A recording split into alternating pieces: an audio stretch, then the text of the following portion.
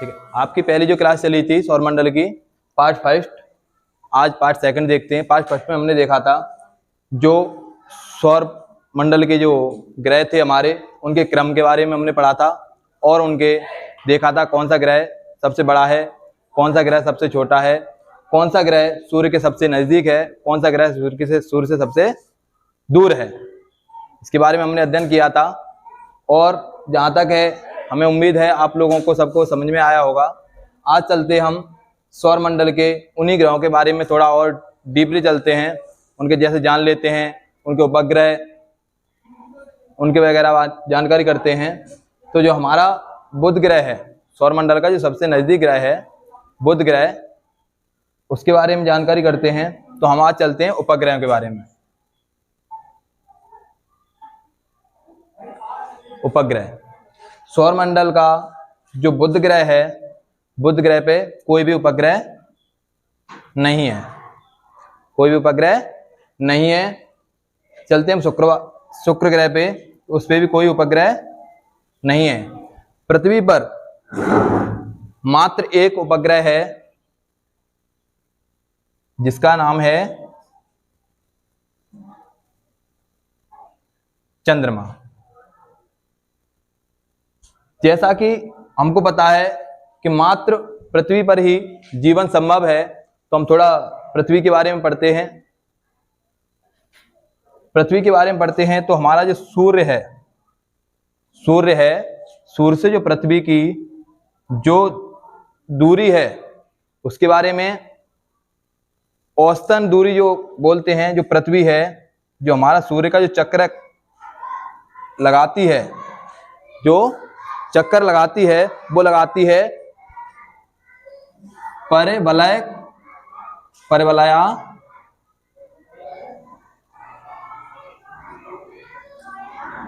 परिवलयाकार में चक्कर लगाती है। तो कभी हमारी सूर्य से पृथ्वी की दूरी अधिक होती है और कभी कम होती है, कभी दूरी ज्यादा हो जाती है, कभी कम हो जाती है। तो आपने मैथ में पढ़ा होगा एवरेज, औसतन, जो उसकी औसतन दूरी होती है वो होती है हमारी 14.98 करोड़ किलोमीटर। जो अधिक दूरी होती है,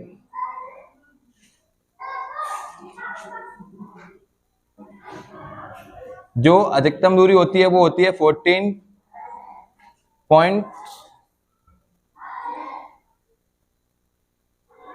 जो अधिकतम दूरी होती है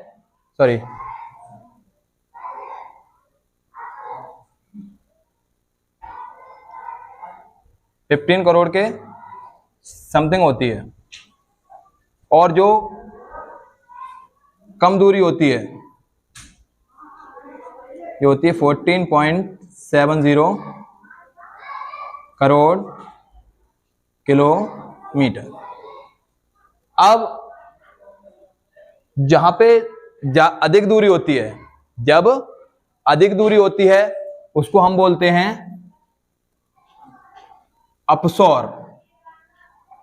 जब सूर्य से पृथ्वी की दूरी अधिक होती है उस घटना को हम अपसौर नाम से जानते हैं, अपसौर नाम से जानते हैं। और जब सूर्य से पृथ्वी की दूरी क्या होती है, कम होती है, तब उस घटना का नाम हम देते हैं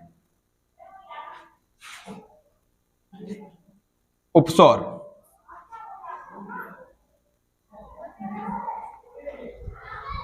अब उपसौर घटना कब होती है, अपसौर घटना कब होती है, तो उसका अपसौर और उपसौर में यह है कि जो उपसौर घटना होती है दूरी जब कम होती है तब, यानी कि 3, और अपसौर यानी कि 4। जो उपसौर की घटना होती है वो होती है 3 जनवरी को, और अपसौर की जो घटना होती है वो होती है 4 जुलाई को। 3 जनवरी को उपसौर की घटना होती है और अपसौर की घटना होती है 4 जुलाई को। अधिक दूरी पे जब होता है तब अपसौर की घटना होती है 4 जुलाई को, और कम दूरी पे जब पृथ्वी आ जाती है तो उपसौर की घटना होती है वो होती है 3 जनवरी को। ठीक है, अब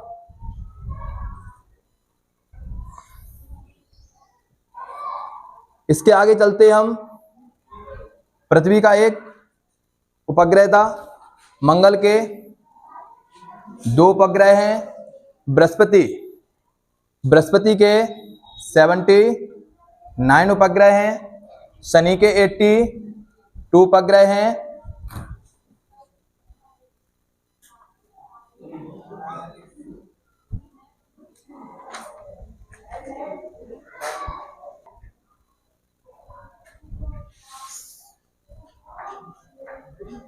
अरुण के 27 और वरुण के 14 उपग्रह हैं। बुध ग्रह का कोई भी उपग्रह नहीं है और बुध सूर्य के सबसे नजदीक ग्रह है। सबसे नजदीक ग्रह बुध है।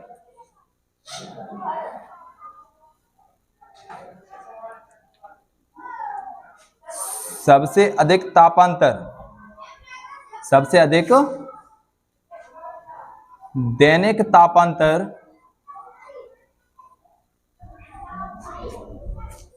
किसका है? बुध का। इसका सबसे अधिक दैनिक तापांतर जो है उसका है 600 डिग्री सेल्सियस। बुध का सबसे अधिक तापांतर है। तापांतर से आप जान सकते हैं ताप का अंतर। दिन का ताप उसका कुछ होता है और रात का कुछ अलग होता है। दिन का ताप और रात के ताप में इसका जो अंतर होता है, रात का जो ताप होता है, यहाँ का तापमान जो रात का है, वो रात का जो तापमान है सबसे अधिक तापमान जो सबसे होता है वो कितना होता है? 370 डिग्री सेल्सियस। 300 डिग्री भी कहीं लिखा होगा, कहीं पे 430 भी है, कहीं पे 390 भी है, कहीं पर 390 भी है, कहीं पे 430 भी है और कहीं पे 390 है। 600 डिग्री सेल्सियस कहीं पे लिखा होगा, कहीं पे 590 भी लिखा होगा, कहीं पे 570 है। 600 के लिए अगर करेंगे तो यहां पर हम 430 जो रात का तापमान होता है ये किसमें होता है? प्लस में। यहीं पे इसके अपोजिट चलते हैं हम दिन में। दिन का जो तापमान है वो माइनस का 200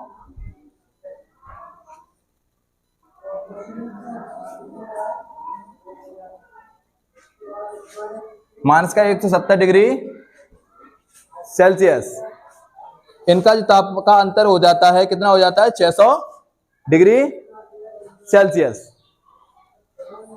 और कहीं कहीं आपने बुक्स में देखा होगा कि जो इसका ताप लिखा होगा, रात का जो तापमान दे रखा होगा और जो दिन का तापमान दे रखा होगा वो अलग अलग सिचुएशन में, अलग अलग कंडीशन में अलग अलग जगह दे रखा है। वो दे रखा है एक 390 डिग्री सेल्सियस या 170 डिग्री सेल्सियस। अब 170 डिग्री सेल्सियस और 390 डिग्री सेल्सियस, तो इनका जो योग करते तो होता है हमारा 560 डिग्री सेल्सियस। अब आपका कभी क्वेश्चन आ जाता है कि बुध का दैनिक तापांतर कितना है? अगर ऑप्शन में 600 डिग्री सेल्सियस है तो 600 डिग्री सेल्सियस करोगे, 560 डिग्री सेल्सियस है तो 560 डिग्री सेल्सियस करोगे। इन दोनों में से आएगा एक ही चीज, या इसके नियरेस्ट 600 से एबव नहीं होगा और 560 से कम नहीं होगा। इसी के नियरेस्ट जो आएगा वो आपको करना होगा। अच्छा, ऐसा क्यों होता है? इतना तापांतर क्यों? क्योंकि यहाँ पे वायुमंडल की उपस्थिति नहीं है। क्योंकि वायुमंडल की उपस्थिति यहाँ पे नहीं है। वायुमंडल की उपस्थिति ना होने के कारण बुध का जो दैनिक तापांतर है वो बहुत ही ज्यादा है।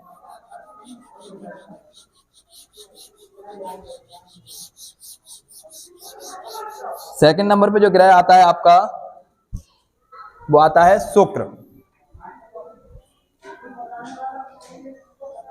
शुक्र शुक्र ग्रह का कोई भी उपग्रह नहीं है और ये सूर्य की परिक्रमा 255 दिन में पूर्ण करता है। अच्छा, शुक्र को चमकीला ग्रह पृथ्वी की बहन सांझ का तारा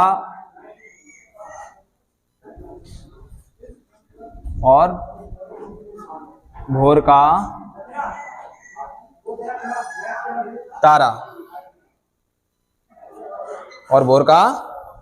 तारा कहते हैं।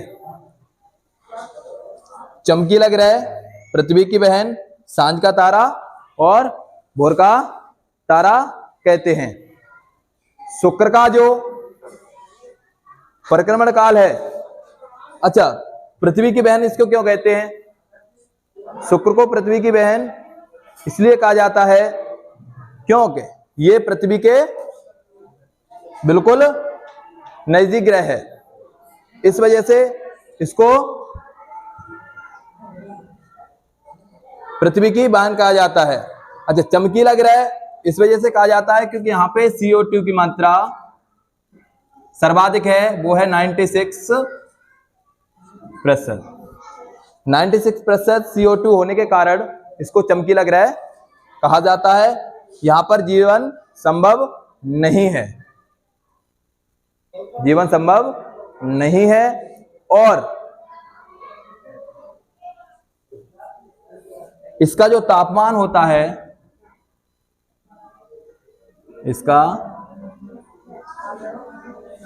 जो तापमान होता है जब चमकीला ग्रह है तो तापमान सीधी सी बात है कि 96% CO2 है। सूर्य का जो प्रकाश है वो कार्बन डाइऑक्साइड अब्जॉर्व करती है, खींचती है अपनी तरफ ज्यादा, तो वहां पे तापमान जो होगा वो क्या होगा? ज्यादा होगा। यहाँ का जो तापमान होता है 460 डिग्री सेल्सियस से लेके 480 डिग्री सेल्सियस तक होता है।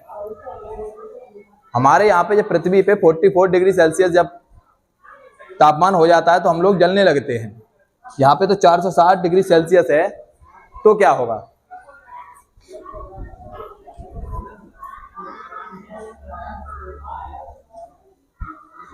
और इसको इसी वजह से एक नाम और दिया जाता है, वो है गर्म ग्रह। क्या? गर्म ग्रह। शुक्र के बारे में समझ गए? कोई भी उपग्रह नहीं होता है, बुध का भी कोई उपग्रह नहीं है, ठीक है।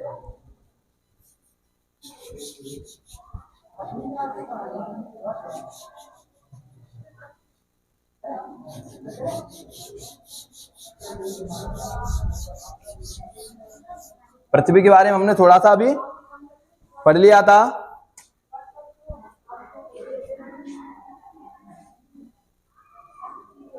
पृथ्वी, जाहिर सी बात है हम लोग पृथ्वी पे रहते हैं तो पृथ्वी के बारे में तो थोड़ा बहुत हमको जानकारी होगी ही। पृथ्वी पर बहुत सी गैसें पाई जाती हैं, जिसमें से आपकी पृथ्वी के धरातल पर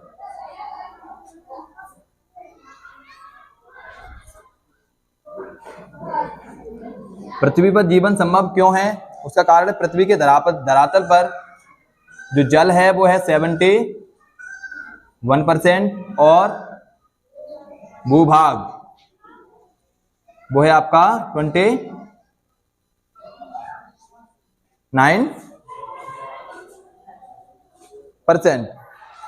पृथ्वी की जो आकृति है, पृथ्वी की आकृति है जियोड।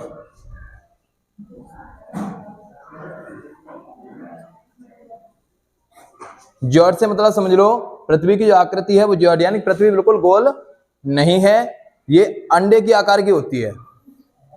अंडा जैसे होता है, जैसे कि मान लो पृथ्वी मान लो ऐसी है, बिल्कुल गोल नहीं है।